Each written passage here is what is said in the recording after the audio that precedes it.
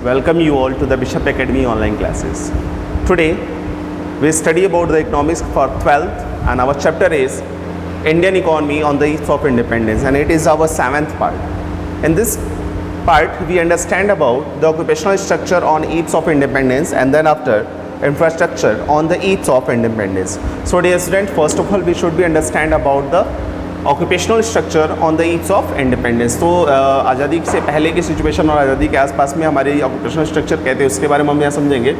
अगर हम बात करते हैं ऑक्यूपेशनल स्ट्रक्चर की तो इसमें कहते हैं occupational structure refers to the distribution of working population across the primary secondary and tertiary sector of the economy. यानी कि हमारा प्राइमरी सेकेंडरी और टर्शियरी सेक्टर्स जो होते हैं, जिसमें प्राइमरी में आपको पता ही है कि प्राइमरी सेक्टर हमारा एग्रीकल्चर एंड नेचुरल रिसोर्सेज को यूज करने को लेके होता है। सेकेंडरी सेक्टर्स जो होता है वो हमारा मैन्युफैक्चरिंग को रिलेटेड करता है और टर्शियरी सेक्टर्स जो होता है वो सर्विसेज की बात करता है। तो इन सेक्टर्स में जो भी हमारा डिस्ट्रीब्यूशन ऑफ पॉपुलेशन है वो ऑक्यूपेशनल स्ट्रक्चर को रेफर्स करता है। आगे हम बात करते हैं occupational structures of Indian economy at the time of independence. The data related 1951, ये जो डाटा दिया गया वो 1951 की सिचुएशन का है और उस सिचुएशन में जो हमारे पास अवेलेबिलिटी थी ऑक्यूपेशनल स्ट्रक्चर्स की वो कैसी रही। तो normally because of the reliable statics for the year 1947 are not available. तो अगर देखें तो जिस तरह का सिचुएशन था उस वक्त हमारे पास जो कंडीशन थी वो पूरी तरीके से क्लियर नहीं थी और अवेलेबल भी नहीं थी। नॉर्मली फ़िलहाल जो डेटा था उस वक्त उसके हिसाब से अगर देखें तो हमारे पास जो था डेटा अवेलेबल था पाई चार्ट के अगर थ्रू देखें तो इसमें तो लगभग 72.7% पर्सन जो पॉपुलेशन थी हमारी वो एग्रीकल्चर पे डिपेंड करती है, यानी कि प्राइमरी सेक्टर्स पे निर्भरते डिपेंड थी। अगर दूसरे सेक्टर्स की बात करें यानी कि सेकेंडरी सेक्टर्स की बात करें जो कि मैन्युफैक्चरिंग से रिलेटेड होता तो इसमें जो पॉपुलेशन था वो 10.19% था और साथ ही साथ जब हम टर्शियरी सेक्टर्स की बात करते हैं यानी सर्विस सेक्टर्स की बात करते हैं तो ये लगभग 17.2% हमारे पास इंगेजमेंट जो पॉपुलेशन की थी वो इसमें थी। आगे हम बात करते हैं, ये एक डेटा दिया गया है, इसका जो सोर्स है वो सेंसस 2011 का है। तो इसमें अकॉर्डिंग टू 1951 में जो हमारे पास सिचुएशंस थी, जैसा मैंने आपको पाई चार्ट कराया उसी के ही अकॉर्डिंग है। तो इसमें प्राइमरी सेक्टर्स की अगर बात करते हैं तो प्राइमरी सेक्टर्स में 72.7% पीपल जो पॉपुलेशन थी वो प्राइमरी सेक्टर्स में इंगेज थी, जिसमें से एग्रीकल्चर में 50% और एग्रीकल्चरल लेबर में 19.7%, फॉरेस्ट्री फेसिंग एनिमल हस्बेंड्रीज की अगर बात करें तो 2.4% और इसके साथ साथ माइनिंग की बात करें तो लगभग 0.6%। ये जो नेचुरल रिसोर्सेज थे इसमें हमारे यहाँ की पॉपुलेशन जॉब के पर्पज़ पे इन्वॉल्व थी। आफ्टर दैट अगर सेकेंडरी की बात करें तो सेकेंडरी में लगभग 10.19% पॉपुलेशन इंगेज थी। तो उसमें थी कौन किस किस सेक्टर्स में वो इंगेज थे? Small and large scale of industries में कितने थे? लगभग 9% लोग कहते हैं हमारी इंडस्ट्रीज़ में इंगेज थे। एंड बिल्डिंग कंस्ट्रक्शंस में जो वर्किंग सेगमेंट होता है तो वहाँ 1.1% यानी कि 1.19% के करीब हमारे पास जो पॉपुलेशन थी वो इन तरह के जॉब में इंगेज थी जो मैन्युफैक्चरिंग से रिलेटेड होती है नॉर्मली।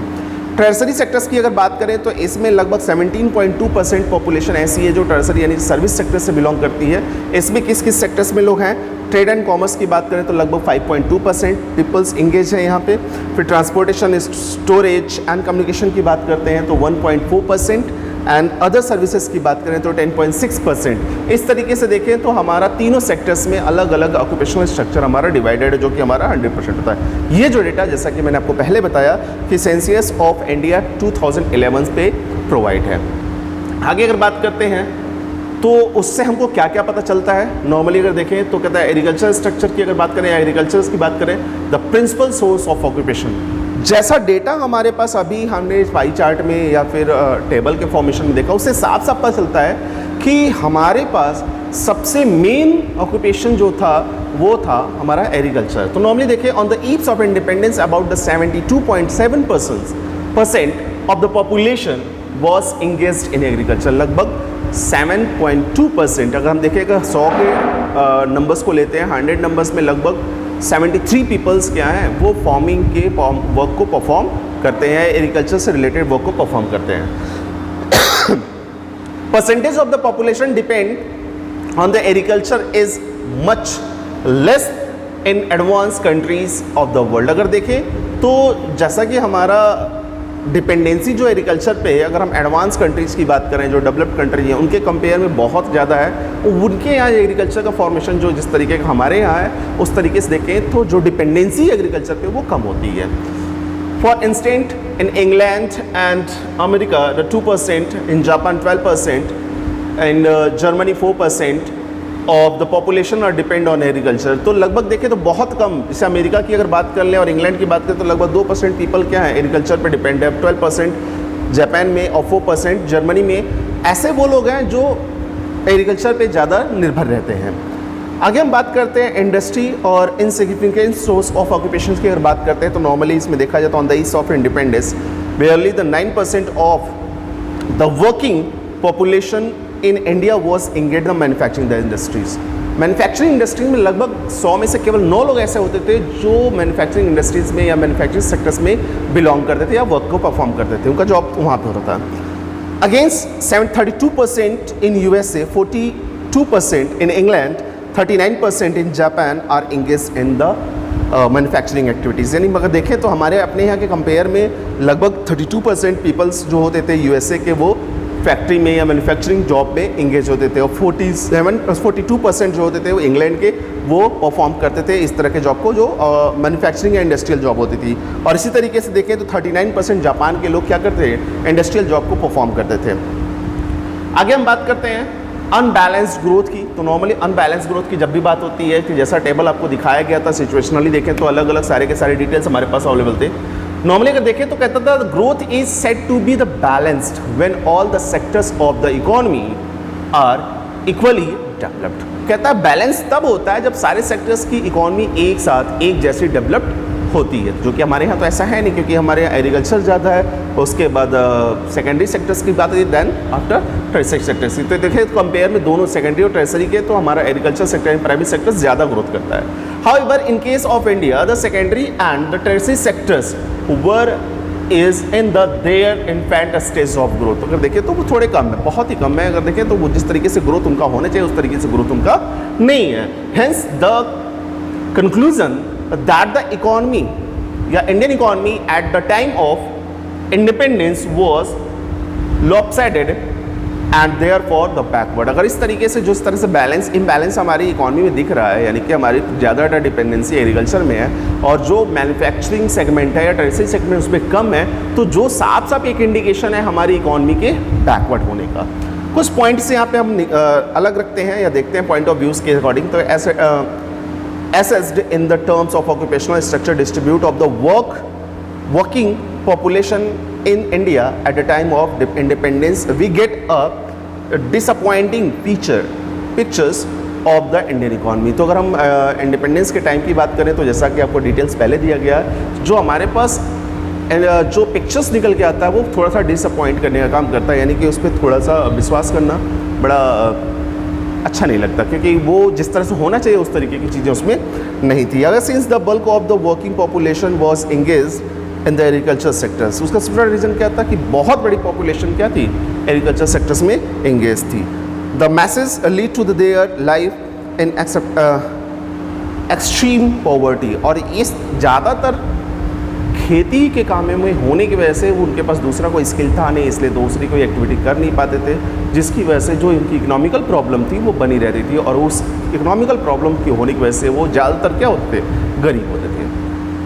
अब हम बात करते हैं infrastructure on the eves of independence. Infrastructural situation कहती है हमारे पास, तो infrastructure refers to the elements of economic change like a means of transportation, communication, banking, power, energy and the other elements, and the social change like a growth of education, health and housing facilities which serve as a foundation for the growth and development of a country। तो normally अगर देखें तो किसी भी country के growth और development के लिए हमें इकोनॉमिक जो कंडीशन है और सोशल कंडीशन जो है उन दोनों का बेहतर होना जरूरी होता है। तो इंफ्रास्ट्रक्चर सिचुएशन में जैसे आपको पहले बताया गया था कि दो एलिमेंट इन्वॉल्व होते हैं, इकोनॉमिक चेंजेस की बात करता है और सोशल चेंजेस की। इकोनॉमिक चेंजेस का मतलब ये है कि कम्युनिकेशन उसका कैसा है, बैंकिंग सिस्टम कैसा है, एनर्जी पावर कैसी है, ट्रांसपोर्टेशन फैसिलिटीज़ कैसी है, ये सारे के सारे इकोनॉमिक चेंजेस की बात करते हैं। जब हम सोशल ग्रोथ की बात करते हैं, सोशल चेंजेस की बात करते हैं, उसमें education, health, and housing facilities की बात करते हैं तो ये तीनों चीज़ें मिलकर क्या करती हैं, किसी भी कंट्री के इकोनॉमिकल इंफ्रास्ट्रक्चर को बेहतर करने की काम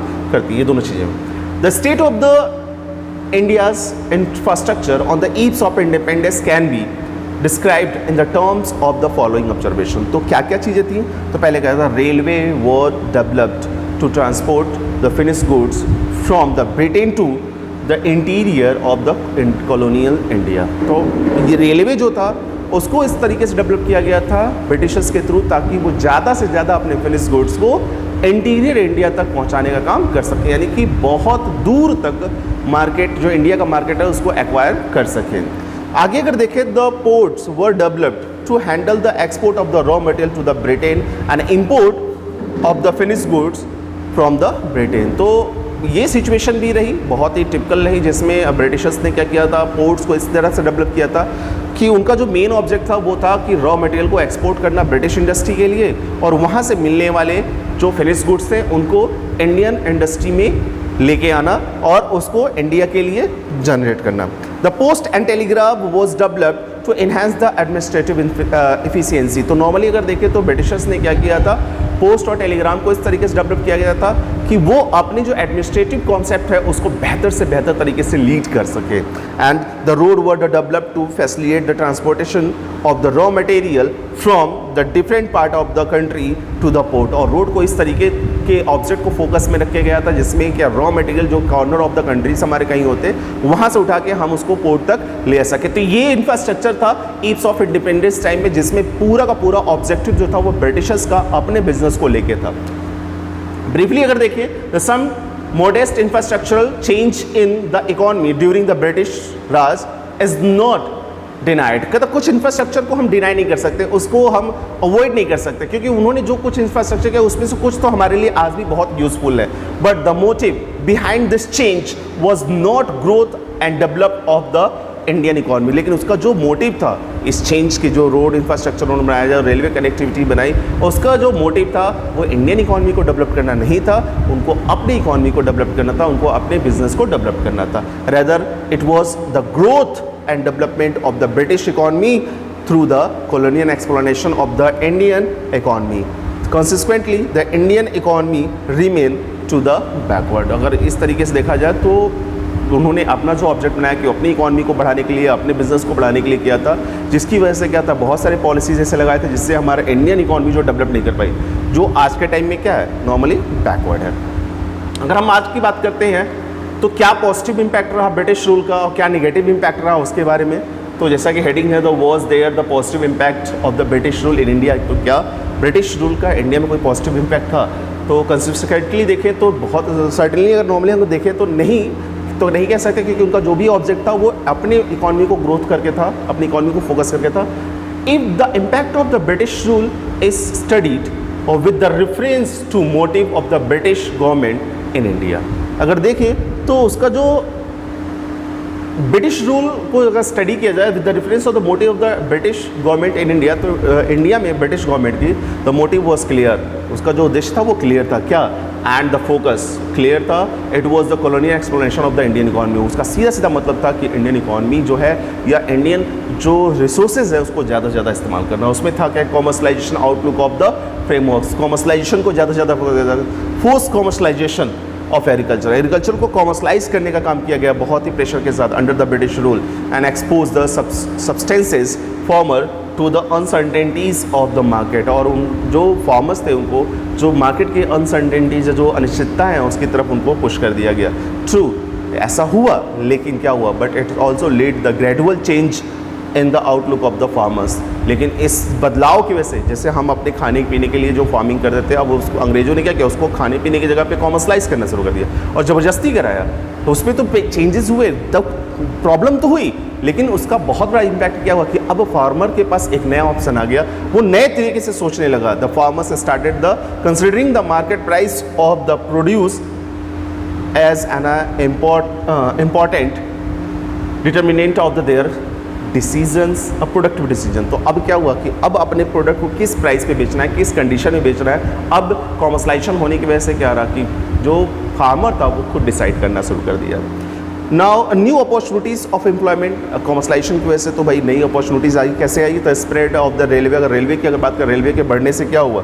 द रोडवेज ओपन, रोडवेज के ओपन होने से क्या, अगर नई अपॉर्चुनिटीज़ हमारी इकॉनमी में आई और सोशल में ग्रोथ होने का, सोशल ग्रोथ होने के चांस है। कैसे भैया? जब रेलवे को हम ऑपरेट कर रहे थे तो ब्रिटिशर्स बहुत बड़ी पॉपुलेशन में तो यहाँ आए नहीं थे, तो उन्होंने यहीं के लोगों को हायर करके उनको जॉब अपॉर्चुनिटी देने का काम किया और उन लोगों ने रेलवे में जॉब करके बिजनेस, अपने इकोनॉमिकल सिचुएशन को बेहतर करने का काम किया और अपना ग्रोथ किया। इसी तरीके से रोडवेज़ की तरफ आ गए। अगर हम बात करते हैं कंट्रोल ऑफ द फिनोमिना की, अगर बात करते हैं फेमिनिन्स की बात करते हैं तो rapid means of the transportation facilities, rapid movement the food grains from one famines affected areas accordingly to the famines of the new control। तो नॉर्मली इसमें देखा जाए तो बहुत सारी ऐसी सिचुएशन रही जो कि ब्रिटिशर्स रूल्स के पॉजिटिव इम्पैक्ट के थ्रू हमारे सामने आई। So dear students, in this video that's all, thank you.